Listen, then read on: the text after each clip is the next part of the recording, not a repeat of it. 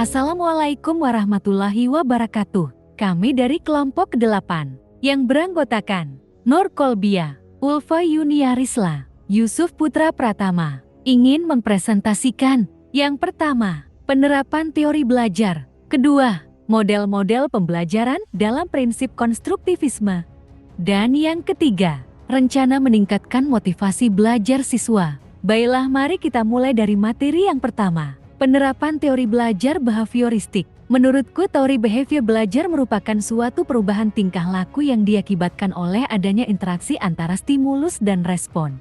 Pendekatan yang digunakan yaitu teacher center. Guru menggunakan metode ceramah, dan siswa dituntut untuk mendengarkan apa yang disampaikan oleh guru dalam proses pembelajarannya. Teori belajar behavioristik lebih mengutamakan perilaku sebagai hasil belajar yang tampak, serta mengutamakan pembentukan perilaku dengan penataan kondisi secara ketat. Contohnya, guru memberikan peraturan yang harus disepakati di kelas, dan mengutamakan reinforcement dan punishment. Pada akhir pembelajaran, guru memberikan evaluasi terhadap hasil belajar siswa. Evaluasi bisa berupa kuis.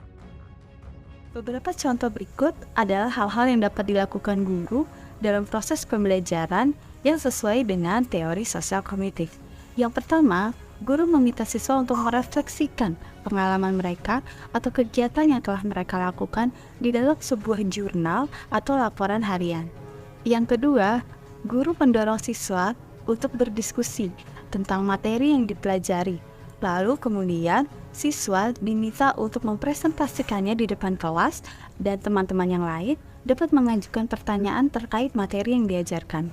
Yang ketiga, guru dapat membantu siswa untuk mencari solusi yang baru terhadap satu masalah untuk mengembangkan cara berpikir kritis siswa. Yang keempat, guru dapat meminta siswa untuk menjelaskan ide atau pendapat yang mereka miliki terhadap suatu solusi dari permasalahan yang tadi. Yang kelima, guru membantu siswa dalam bereksplorasi dan memahami bagaimana ide-ide tersebut dapat saling terhubung. Dan yang keenam, guru dapat membantu siswa memahami dan mengingat setiap apa yang dipelajari melalui visualisasi ataupun permainan agar siswa tersebut tidak hanya sekedar belajar tapi juga dapat mengingat apa yang dipelajarinya. Oke, baiklah, selanjutnya yaitu penerapan teori belajar konstruktivisme. Nah, di dalam penerapannya dalam pendidikan saat ini dengan cara mendorong siswa berpikir tingkat tinggi atau higher order thinking skills. Guru yang menerapkan proses pembelajaran konstruktivisme akan menantang para siswa untuk mampu menjangkau hal-hal yang berada di balik respon faktual yang sederhana. Guru mendorong siswa untuk menghubungkan dan merangkum konsep-konsep melalui analisis, prediksi, justifikasi, dan mempertahankan gagasan atau pemikirannya. Model-model pembelajaran konstruktivisme. Model pembelajaran konstruktivisme ini dibagi menjadi 3, yaitu pembelajaran kooperatif, inquiry based learning, dan model jigsaw. Untuk pembahasan yang pertama yaitu pembelajaran kooperatif. Nah, pembelajaran kooperatif ini suatu strategi pembelajaran di mana siswa belajar dan bekerja dalam kelompok-kelompok kecil secara kolaboratif yang beranggotakan terdiri dari 2-5 siswa dengan struktur kelompok yang secara heterogen. Model pembelajaran konstruktivisme selanjutnya yaitu inquiry based learning. Nah, kegiatan belajar yang menekankan pada pengembangan keterampilan, penyelidikan, dan kebiasaan berpikir yang memungkinkan peserta didik untuk melanjutkan pencarian pengetahuan. Model pembelajaran konstruktivisme yang selanjutnya yaitu metode jigsaw. Metode jigsaw merupakan metode atau strategi pembelajaran kooperatif yang memungkinkan siswa untuk belajar berkelompok dengan masing-masing siswa bertanggung jawab pada satu topik atau bahasan yang kemudian dikolaborasikan dengan anggota kelompok lain sehingga membentuk pengetahuan yang utuh. Selain ketiga model pembelajaran konstruktivisme yang tadi, kami juga menyajikan beberapa model pembelajaran konstruktivisme yang lain, yaitu ada 3. Yang pertama yaitu discovery learning. Discovery learning ini mendorong siswa untuk belajar dengan diri mereka sendiri. Siswa belajar melalui aktif dengan konsep dan prinsip, sedangkan guru mendorong siswa untuk mempunyai suatu pengalaman dan menghubungkan pengalaman tersebut untuk menemukan prinsip bagi diri mereka sendiri. Kemudian mengarahkan peserta didik untuk mengidentifikasi, memahami, merancang, serta mengkonstruk informasi lewat proses intuitif. Yang selanjutnya yaitu project based learning. Project based learning ini difokuskan pada permasalahan kompleks yang memerlukan investigasi dan bereksperimen secara kolaboratif dalam sebuah proyek. Jadi project based learning ini memberikan kebebasan kepada siswa untuk bereksperimen secara kolaboratif, kemudian akan membuat sebuah proyek dari topik eksperimen hasil mereka tersebut. Yang selanjutnya yaitu problem based learning. Di sini guru merancang peserta didik untuk belajar melalui permasalahan-permasalahan yang nyata.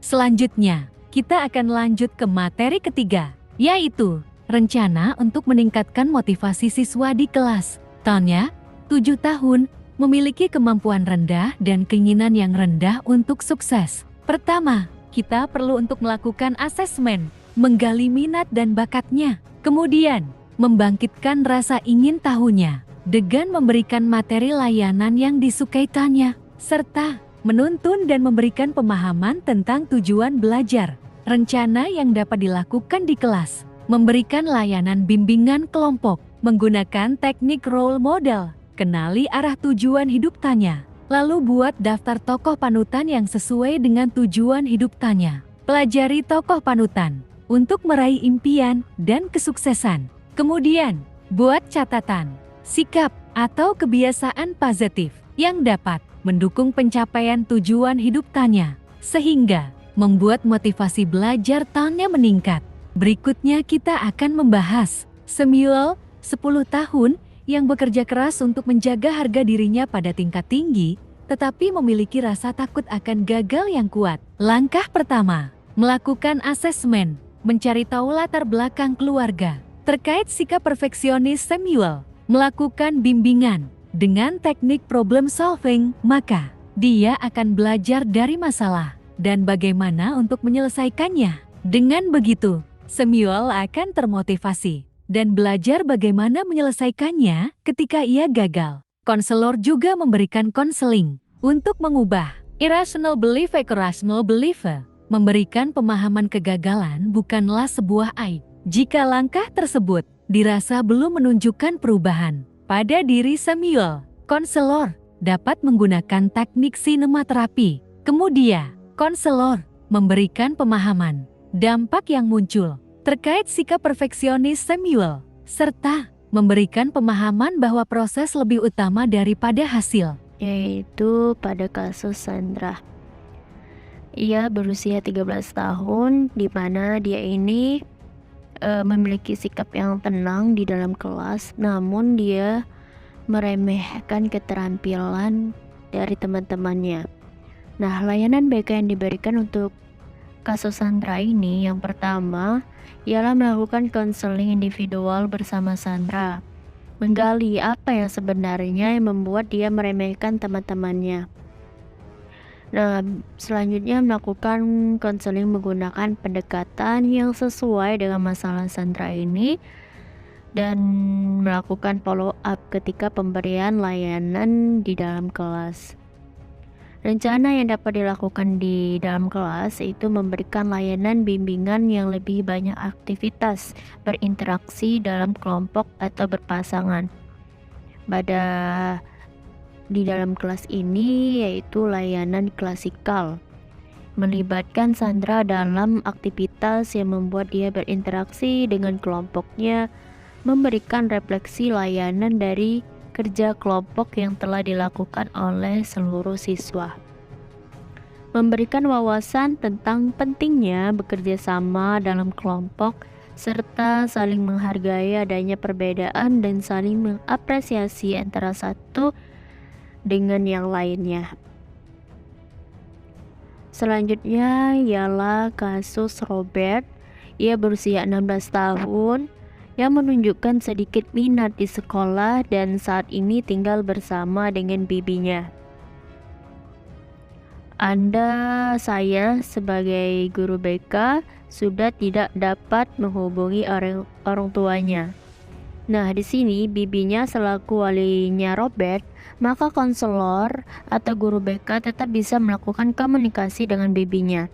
Dengan home visit, maka bisa melakukan asesmen tentang keseharian Robert dari bibinya. Apabila orang tua juga sudah tidak mengurus Robert dan acuh tak acuh, maka akan lebih sulit.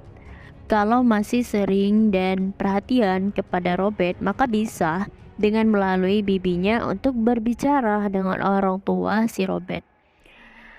Konselor atau guru PK sebelumnya sudah memiliki data mengapa Robert hanya sedikit memiliki minat di sekolah. Apakah mereka ditinggal orang tuanya, lingkungan kurang mendukung, atau masalah lainnya. Nah, di sini rencana yang dapat dilakukan ketika layanan bimbingan di kelas atau layanan klasikal mengimplementasikan teori belajar behaviorisme. Yang pertama, memberikan stimulus positif kepada peserta didik tersebut secara berulang-ulang untuk menumbuhkan minat, memberikan penguatan terhadap peserta didik atau Robert dalam proses pembelajaran, melakukan home visit, terus mengimplementasikan teori belajar konstruktivisme, memberikan motivasi secara kontinuitas, menumbuhkan minat belajarnya, bekerja sama dengan keluarga Robert untuk proaktif satu sama lain. Wali kelas dan BK intens memonitoring perkembangan peserta didik tersebut, atau dalam kasus ini ialah Robert. Oke, terima kasih. Sekian presentasi dari kami. Lebih dan kurang saya mohon maaf.